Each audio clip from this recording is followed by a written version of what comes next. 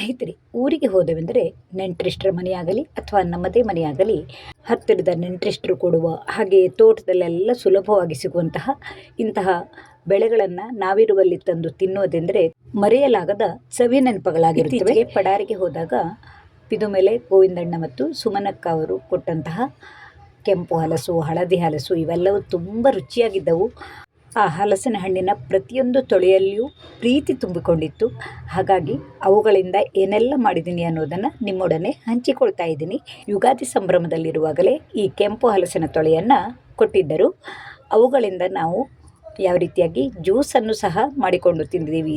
ಹಾಗೆಯೇ ತಿನ್ನೋಕ್ಕಂತೂ ತುಂಬ ರುಚಿಯಾಗಿತ್ತು. ಹಾಗೆ ಇದರ ಬೇಳೆ ಅಂತೀವಲ್ಲ, ಇದನ್ನು ಹಲಸಿನ ಬೀಜವನ್ನು ಸಹ ವ್ಯರ್ಥ ಮಾಡದೆ ಅವುಗಳಿಂದ ಏನೆಲ್ಲ ಮಾಡಬಹುದು ಅನ್ನೋದನ್ನು ಸಹ ನಿಮ್ಮೊಡನೆ ಹಂಚಿಕೊಳ್ತೀನಿ. ಈ ಹಲಸಿನ ಬೀಜದಲ್ಲಂತೂ ತುಂಬ ಪ್ರೋಟೀನ್ ಅಂಶವಿದೆ. ಹಾಗಾಗಿ ಅವುಗಳನ್ನು ಎಸೆಯದೆ ಸಂಗ್ರಹಿಸಿಟ್ಟುಕೊಂಡು ಅನೇಕ ರೀತಿಯ ಅಡುಗೆಗಳಲ್ಲಿ ಉಪಯೋಗಿಸಿಕೊಳ್ಳಬಹುದು. ಬೆಂಗಳೂರಿನಂಥ ನಗರದಲ್ಲಂತೂ ಇಂತಹ ತೊಳೆಗಳಿಗೆ ತುಂಬ ದುಬಾರಿಯಾಗಿರುತ್ತದೆ.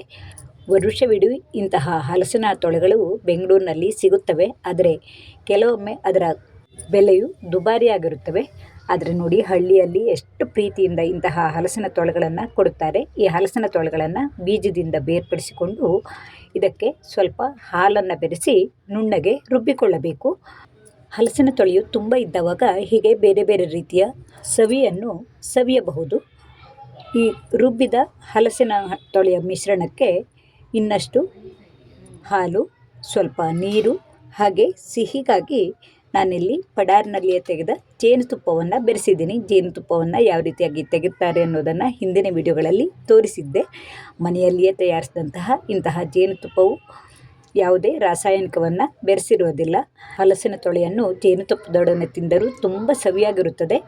ಹಲ್ಲಿಲ್ಲದವರಿಗೆ ಈ ಹಲಸಿನ ತೊಳೆಯನ್ನು ಸೇವಿಸಲು ಇದೊಂದು ಸುಲಭವಾದ ಮಾರ್ಗವಾದ್ದರಿಂದ ಇದನ್ನು ತೋರಿಸ್ತಾ ಇದ್ದೀನಿ. ಬೇಸಿಗೆ ಕಾಲದಲ್ಲಿ ಇಂತಹ ಹಲಸಿನ ತೊಳೆಯ ಮಿಲ್ಕ್ ಶೇಕ್ ಅಂತ ಕರೆಯುವಂತಹ ಈ ಸವಿಯು ಹೊಟ್ಟೆಯ ಹಸಿವನ್ನು ಕಡಿಮೆ ಮಾಡುವುದಷ್ಟೇ ಅಲ್ಲದೆ ಆರೋಗ್ಯಕರವಾಗಿಯೂ ಇರುತ್ತವೆ. ಐಸ್ ಕ್ರೀಮ್ನ ಅನುಭವವನ್ನು ಕೊಡಬೇಕೆಂದರೆ ಇದನ್ನು ಫ್ರಿಜ್ನಲ್ಲಿಟ್ಟು ಸವಿದರೆ ಇನ್ನೂ ತಂಪು ತಂಪಾಗಿ ಹಲಸಿನ ಹಣ್ಣಿನ ಘಮವು ಖುಷಿಯನ್ನು ಕೊಡುತ್ತದೆ. ಕೊಟ್ಟಂತಹ ಹಲಸಿನ ಹಣ್ಣನ್ನು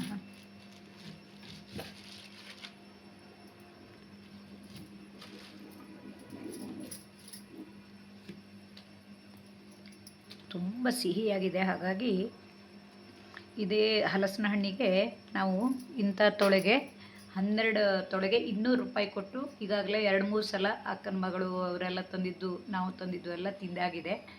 ಇದು ತುಂಬ ಸಿಹಿಯಾಗಿದೆ. ಅದು ಊರಿನ ಪ್ರೀತಿ ತುಂಬಿಕೊಂಡಿದ್ದಂಥ ಇನ್ನೂ ಹೆಚ್ಚಿಗೆ ಸಿಹಿ ತಂದಿದೆ.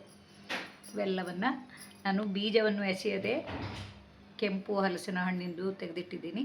ಅದರ ದೋಸೆ ಮಾಡೋದು, ಹಾಗೆ ಈ ಹಲಸಿನ ಹಣ್ಣಿಂದ ದೋಸೆ ಮಾಡೋದು ಹೇಗೆ ಅಂತ ತೋರಿಸ್ತೀನಿ. 4-5 ತಾಸುಗಳ ಕಾಲ ನೆನೆಸಿಟ್ಟ ಅಕ್ಕಿ ಮತ್ತು ಮೆಂತ್ಯಕ್ಕೆ ನಾವು ತೆಗೆದಿಟ್ಟುಕೊಂಡ ಈ ಹಲಸಿನ ತೊಳೆಯನ್ನು ಹಾಕಿ ನುಣ್ಣಗೆ ರುಬ್ಬಿಕೊಳ್ಳಬೇಕು. ರುಬ್ಬಿದ ಮಿಶ್ರಣವನ್ನು 2-3 ಗಂಟೆಗಳ ಕಾಲ ಮಾತ್ರ ಹುದುಗು ಬರಲು ಇಟ್ಟರೆ ಸಾಕು. ಇಲ್ಲವಾದಲ್ಲಿ ಬೇಸಿಗೆ ಕಾಲದಲ್ಲಂತೂ ತುಂಬ ಹುದುಗು ಬಂದು ಹುಳಿ ಹುಳಿಯಾಗಿರುತ್ತದೆ. ಹಾಗಾಗಿ ತುಂಬ ಹೊತ್ತು ಹುದುಗು ಬರುವುದು ಬೇಕಾಗೋದಿಲ್ಲ. 2-3 ಗಂಟೆಗಳ ಕಾಲದ ನಂತರ ಇದಕ್ಕೆ ರುಚಿಗೆ ತಕ್ಕಷ್ಟು ಉಪ್ಪು ಮತ್ತು ಬೆಲ್ಲವನ್ನು ಹಾಕಿ ಚೆನ್ನಾಗಿ ಬೆರೆಸಿಕೊಂಡು ಎಣ್ಣೆ ಸವರಿದ ಬಿಸಿ ಕಾವಲಿಗೆ ದಪ್ಪನಾಗಿ ಅಥವಾ ತೆಳುವಾಗಿ ದೋಸೆಯನ್ನು ಈ ರೀತಿಯಾಗಿ ಮಾಡಿಕೊಳ್ಳಬಹುದು.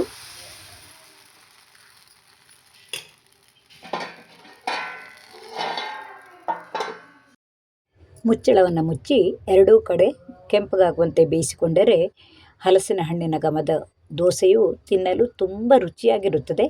ತುಪ್ಪವನ್ನು ಹಾಕಿಕೊಂಡರಂತೂ ತುಪ್ಪದ ದೋಸೆಯಾಗಿ ಸವಿಯನ್ನು ಇನ್ನಷ್ಟು ಹೆಚ್ಚಿಸುತ್ತವೆ. ನೋಡಿ, ಮೃದು ಮೃದುವಾದ ದೋಸೆಯನ್ನು ಈ ರೀತಿಯಾಗಿ ಕಾವಲಿಯಿಂದ ಸುಲಭವಾಗಿ ತೆಗೆಯೋಕ್ಕೆ ಬರುತ್ತದೆ.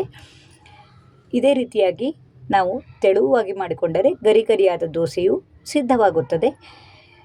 ಈ ದೋಸೆಯೊಡನೆ ಚಟ್ನಿಯನ್ನು ಹಾಕಿಕೊಂಡು ತಿನ್ನಬಹುದು.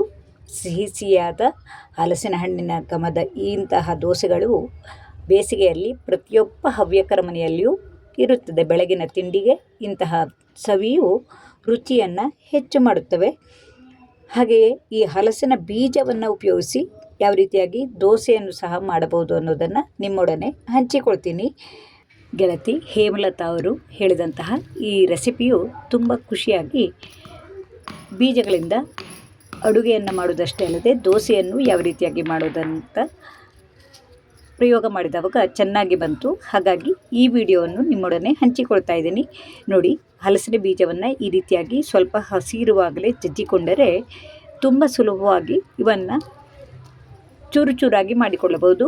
ಒಣಗಿದ ಮೇಲೆ ಈ ರೀತಿಯಾಗಿ ಚೂರು ಚೂರಾಗಿ ಮಾಡೋಕ್ಕೆ ಬರೋದಿಲ್ಲ. ಇದರ ಹೊರಗಿನ ಸಿಪ್ಪೆಯನ್ನು ತೆಗೆದು ಈ ಒಳಗಿನ ಮೃದುವಾದ ಭಾಗವನ್ನಷ್ಟೇ ತೆಗೆದುಕೊಂಡು ಮಿಕ್ಸಿಯಲ್ಲಿ ರುಬ್ಬಿಕೊಳ್ಳಬೇಕು. ಹಸಿಯಾದ ಈ ಹಲಸಿನ ಬೀಜದೊಡನೆ ನೆನೆಸಿಟ್ಟ ಅಕ್ಕಿ ಮತ್ತು ಮೆಂತ್ಯವನ್ನು ಹಾಕಿ ನುಣ್ಣಗೆ ರುಬ್ಬಿಕೊಳ್ಳಬೇಕು. ರುಬ್ಬಿಕೊಳ್ಳುವಾಗ ಸ್ವಲ್ಪ ಕೊತ್ತಂಬರಿ, ಸ್ವಲ್ಪ ಜೀರಿಗೆ, ಹಾಗೆ ಖಾರಕ್ಕೆ ಒಣಮೆಣಸಿನಕಾಯಿ, ಕರಿಬೇವಿನ ಸೊಪ್ಪು, ಸ್ವಲ್ಪ ಇಂಗನ್ನು ಹಾಕಿದ್ದೀನಿ. ಅವೆಲ್ಲವನ್ನು ಹಾಕಿ ನುಣ್ಣಗೆ ರುಬ್ಬಿಕೊಂಡು ರುಚಿಗೆ ತಕ್ಕಷ್ಟು ಉಪ್ಪನ್ನು ಹಾಕಿ ದೋಸೆಯನ್ನು ಹಾಕಿಕೊಳ್ಳಬೇಕು. ದೋಸೆಯನ್ನು ಹಾಕುವಾಗ ಒಮ್ಮೊಮ್ಮೆ ಒಂದೊಂದು ಬೀಜದಲ್ಲಿ ಒಂದೊಂದು ರೀತಿಯ ಗುಣಧರ್ಮವಿರುವುದರಿಂದ ತೆಳುವಾಗಿ ಎರಿಲಿಕ್ಕೆ ಬರುತ್ತಾ ಅಥವಾ ದಪ್ಪನಾಗಿ ಎರಿಯಬೇಕಾ ಅನ್ನೋದನ್ನು ನೋಡಿಕೊಂಡು ಎರಿಯಬೇಕಾಗುತ್ತದೆ. ನಾನಿಲ್ಲಿ ಸ್ವಲ್ಪ ದಪ್ಪನಾದ ಹಿಟ್ಟನ್ನು ದೋಸೆ ಹಾಕಿದವಾಗ ಒಂಥರ ಬಿಳಿ ಬಿಳಿ ಹೇಡು ಬೀಳೋದು ಅಂತ ಹೇಳ್ತೀವಿ, ಆ ರೀತಿಯ. ಆದ್ದರಿಂದ ಇದಕ್ಕೆ ಇನ್ನೂ ಸ್ವಲ್ಪ ನೀರನ್ನು ಈ ರೀತಿಯಾಗಿ ಹಾಕಿ ಸ್ವಲ್ಪ ನೀರು ದೋಸೆ ಹದಕ್ಕಿಂತ ಸ್ವಲ್ಪ ದಪ್ಪನಾಗಿ ಮಾಡಿಕೊಂಡು ದೋಸೆಯನ್ನು ಕಾದ ಕಾವಲಿಗೆ ಹಾಕಿದಾಗ ಈ ರೀತಿಯಾಗಿ ಸುಲಭವಾಗಿ ಎರಿಯೋಕ್ಕೆ ಬಂತು. ಈ ರೀತಿಯಾಗಿ ಈ ತೆವುಡೋದು ಅಂತೀವಲ್ಲ, ಆ ರೀತಿ ಆದರೆ ಸ್ವಲ್ಪ ನೀರನ್ನು ಬೆರೆಸಿ ಹಿಟ್ಟನ್ನು ಸರಿ ಮಾಡಿಕೊಂಡು ಮೃದುವಾದ ದೋಸೆಯನ್ನು ಮಾಡಿಕೊಳ್ಳಬಹುದು. ನೋಡಿ, ಇನ್ನೂ ಸ್ವಲ್ಪ ನೀರನ್ನು ಬೆರೆಸಿದವಾಗ ದೋಸೆ ಇನ್ನೂ ಚೆನ್ನಾಗಿ ಎರಿಯೋಕ್ಕೆ ಬಂತು. ಇಂತಹ ದೋಸೆಗಳಿಗೆ ನಾವು ನೀರನ್ನು ಬೆರೆಸೋಕೆ ಒಮ್ಮೆಲೇ ನೀರನ್ನು ಹಾಕಿಕೊಂಡರೂ ಸುಲಭವಾಗಿ ಕಾವಲಿಯಿಂದ ತೆಗೆಯೋಕ್ಕೆ ಆಗೋದಿಲ್ಲ. ಹಾಗಾಗಿ ಒಂದೆರಡು ದೋಸೆಗಳನ್ನು ಹಾಕಿಯೇ ನೋಡಿ ಯಾವ ರೀತಿಯಾದ ದೋಸೆ ಆಗುತ್ತದೆ ಅಂತ ತಿಳಿದುಕೊಂಡು ನೀರನ್ನು ಬೆರೆಸಿಕೊಳ್ಳಬೇಕಾಗುತ್ತದೆ. ಇದಕ್ಕೆ ನೋಡಿ, ಈ ರೀತಿಯಾಗಿ ತೆಳುವಾಗಿ ಅರಿದ ನಂತರ ಇದಕ್ಕೆ ಸ್ವಲ್ಪ ತುಪ್ಪವನ್ನು ಬೆರೆಸಿ ಎರಡೂ ಕಡೆ ಕೆಂಪಗಾಗುವಂತೆ ಗರಿ ಗರಿಯಾಗಿ ಬೇಯಿಸಿಕೊಂಡಿದ್ದೀನಿ. ಈ ರೀತಿಯಾಗಿ ಹಲಸಿನ ಬೀಜದಿಂದಲೂ ರುಚಿಯಾದ ಆರೋಗ್ಯಕರವಾದ ದೋಸೆಯನ್ನು ಮಾಡುವ ಈ ವಿಧಾನವು ನನಗಂತೂ ತುಂಬ ಖುಷಿಯನ್ನು ಕೊಟ್ಟಿತ್ತು.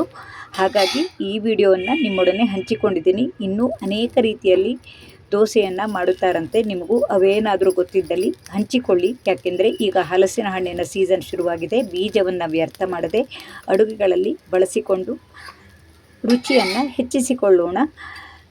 ಈ ಎಲ್ಲ ವಿಷಯಗಳ ಈ ವಿಡಿಯೋ ನಿಮಗೆ ಇಷ್ಟವಾದರೆ ಲೈಕ್ ಮಾಡಿ, ಇಷ್ಟ ಮಿತ್ರರಿಗೆ ಶೇರ್ ಮಾಡಿ. ಹಲಸಿನ ಹಣ್ಣಿನ ಬಗೆಯಂತೂ ಹೇಳಿದಷ್ಟು ಮುಗಿಯುವಂಥದ್ದಲ್ಲ. ಇನ್ನು ಮುಂದಿನ ವಿಡಿಯೋದಲ್ಲಿ ಇನ್ನೂ ಏನೆಲ್ಲ ಮಾಡಬಹುದು ಅನ್ನೋದನ್ನು ಹಂಚಿಕೊಳ್ತೀನಿ. ನಿಮ್ಮೆಲ್ಲರ ಪ್ರೋತ್ಸಾಹಕ್ಕಾಗಿ ತುಂಬು ಹೃದಯದ ಧನ್ಯವಾದಗಳು.